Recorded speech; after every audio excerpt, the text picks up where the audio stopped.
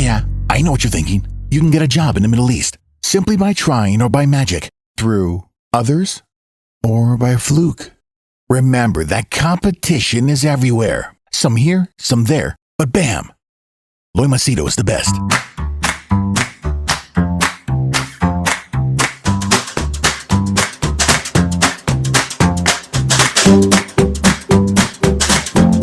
Loy Machedo speaking to you from loymachedo.com. Who's Loy Machedo? Think Personal Branding. A little bit of breaking news which is not mentioned in the papers.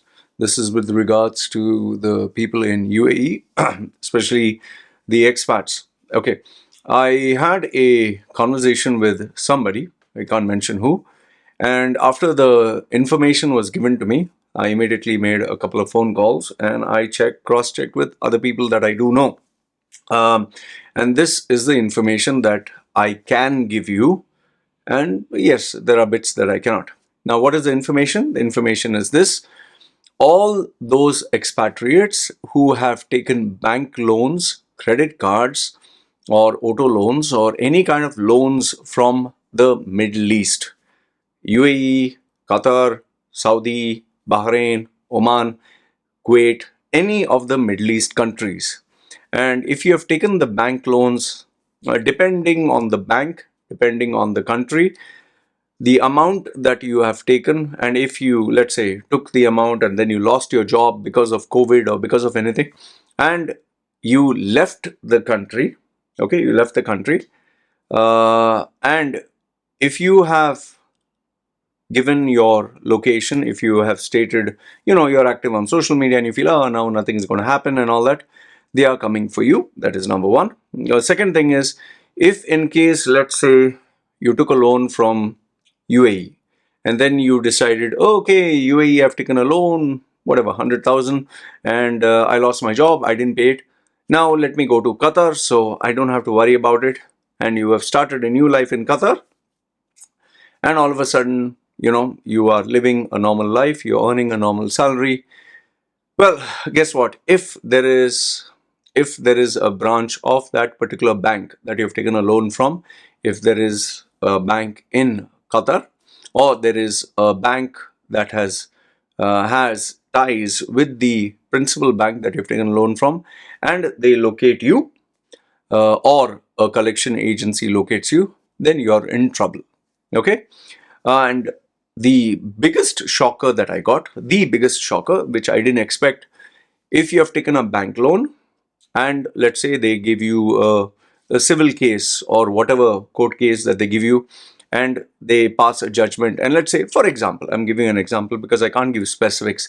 Let's say you took 100,000 again, and you had a court case, and then they say, okay, fine, you pay this much money, loan is forgiven. Now, I was shocked to find out, absolutely shocked. They can reopen the case if you're in the country, okay, or you have come into the country. They can reopen the case, and because you have got a job, and because now you have a job, you have income, they will reopen the case and they can ask you to pay the money back. So the case is, even though the case was closed, now you have a job, now you have savings, now you have money. Yes, we want our money back because you took our money, and that time you could not pay. Now you can pay, you have to pay it back. And to my surprise, this was confirmed by one person who said 2 people have been put in jail. Okay, they've been put in jail, and now they are running, their wives or their spouses are running, pillar to post, trying to help them. Now, you can say, I know there are some people who say, Loy, this is total rubbish. I took a loan, I went away, they have not touched me. Some others have even told me, even people who worked in collection agencies, oh, Loy, they're nothing they're not going to do anything. If they are not going to do anything, bravo, lucky you, you don't have anything to worry. However, if in case you do get caught, okay, if in case you do come back to the Middle East, and given the fact, you know why I'm inclined more towards the side of this is a very strong possibility. See, during COVID, many people lost their jobs.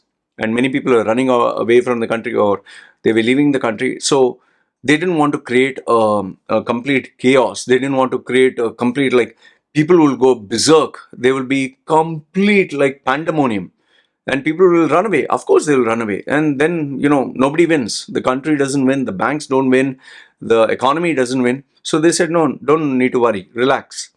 So people, they didn't have the money, they didn't have a job, fine, they didn't pay the loan. But now slowly things are coming back to normal. Slowly people are getting jobs. Slowly the economy is running. Slowly lot of jobs, lots of vacancies. In fact, I keep getting vacancies every single day now. Okay. So the economy is improving. Now the banks, because of the number of losses, bad debts, whatever they had, now they are saying, okay, fine, the economy is going good. Let's go back to the files, the folders, the documents, the cases of all those people whose loans we forgave. 100,000, 200,000, 500,000, 1 million, whatever the amount is. Okay, 200,000. We just told them 5,000 and case closed. No, if they took 200,000, how much can we get back from them? And my gut feeling says, let's say you have taken 200,000, you paid back whatever amount, minus the interest. They will say, no, you must pay this back or else you will be in jail. I don't care as long as it takes. And also keep in mind, one last thing. Okay. Those of you who think, they will keep us in prison only for some time. My dear, where money is concerned, no? Where money is concerned. Let's say you're an agency. And someone comes to you with a contract. Okay, I have 10 million that is pending. You get me whatever amount you get me. You keep half, I keep half. Out of 10 million, if you can collect, I'm just saying, 2 million. 1 million they get, 1 million you get. That's a big amount. Now, obviously, they're not going to give 50-50. Maybe they'll give 80-20, 70-30, whatever is the amount. But the banks want their money back. The banks want to show profits, because end of the day, it's a business. I just want you to imagine, nothing else. Last example. If you are running a business, there are 10 guys who have to pay you money. COVID came. They could not pay you money. They cried, oh, please, sir, we can't pay you money. And you were, sheesh, I can't do anything. Fine. Okay. Now, after COVID, these guys came back. Now, all of them have nice jobs, cushy jobs. All of them are earning. You see them having a car, they're having a bank account, being on social media, showing happy memories, moments, going to restaurants, family kind of thing, not nightclubs or drinking. You'll think, bloody hell, I had given them money. They didn't pay me back. I forgave them. But today life is good. I want my money back. And then if, you go and approach them, no, please, I can't give money, but you can enjoy a good life. People are not going to keep quiet. In a day and age where people sue each other for even things which are totally, absolutely bizarre and wrong, you think banks are going to keep quiet? See, remember, I've told you this before. The Middle East is a business hub. It is not a charity. It is not free money. They are not here to make friends. And one last thing. Given the fact now in UAE, they're using Israeli software and artificial intelligence where you no longer need a manual passport. Everything, even it's not data entered in the computer.